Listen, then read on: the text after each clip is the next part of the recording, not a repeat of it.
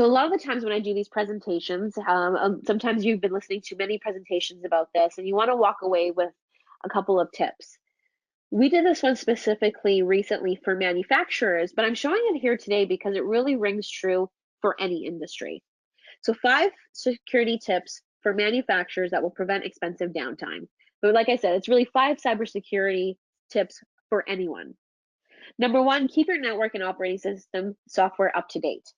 Now, I'll admit, I hate restarting my computer more than anybody else does. It's annoying. It's something that you don't want to do. You just want to keep going on with your day.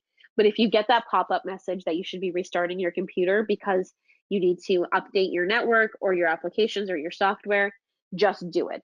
There's a reason why these are happening. It could be that something was identified as being vulnerable. So you should make sure that yourself, and if you have any employees, you're doing that. That's super, super important. Conduct password audits and two-factor authentication. This is another one. Passwords are the bane of everybody's existence. It's so hard to remember them. If you think back in the day, you could quickly just use something that you would remember, like your dog's name or the city you were born in. But now they ask you to add numbers and characters. And the truth is this is to protect you. We all know, and you might not want to admit it yourself, but we all know somebody who has their password on a sticky note hiding under their keyboard or maybe somewhere else on their desk. This is not best practices. You need to protect your passwords. And you don't need to have a folder on your desktop or a folder on your phone with all your passwords. You need to have a good program in place.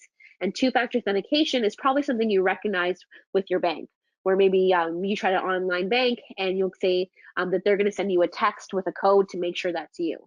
That's what two-factor authentication is. And a lot of the times, a lot of the sites that you visit or apps that you use will encourage this. Don't be frustrated. Don't try to disable it if you can. This is there to protect you. Implement an employee training initiative. This is really important. A lot of the times I've heard lots of companies have this type of conversation when a new hire comes in. So during new hire training, they'll talk about what happens if a cyber attack happens or if any type of issues happen with your technology, what to do.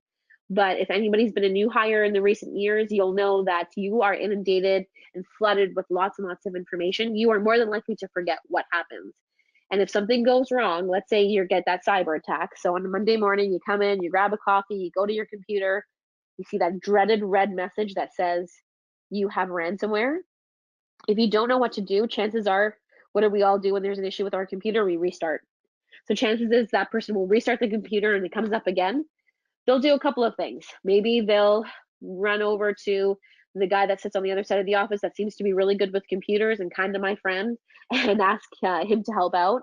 Maybe they'll call their brother or their sister who's a lot more technology savvy and ask for help.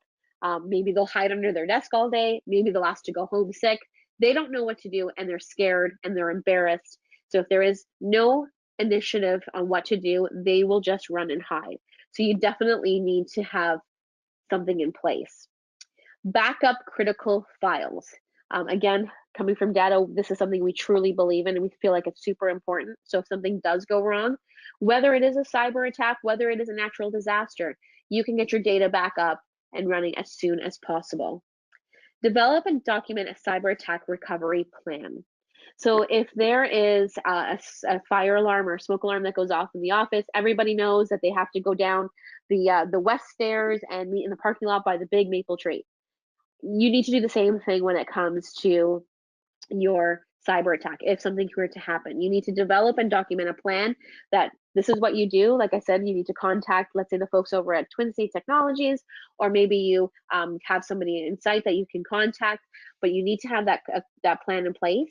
And then the folks at Twinstate can help you as well to tell you this is what's going to happen. So if something does happen, let's figure out a way that you can get back up and running as quickly as possible so that this plan is in place, it's documented. This is what you do when you notice it. Now that we know that this is the problem, this is how we're going to get you back up and running, and this is how we're going to investigate to make sure that it doesn't happen again.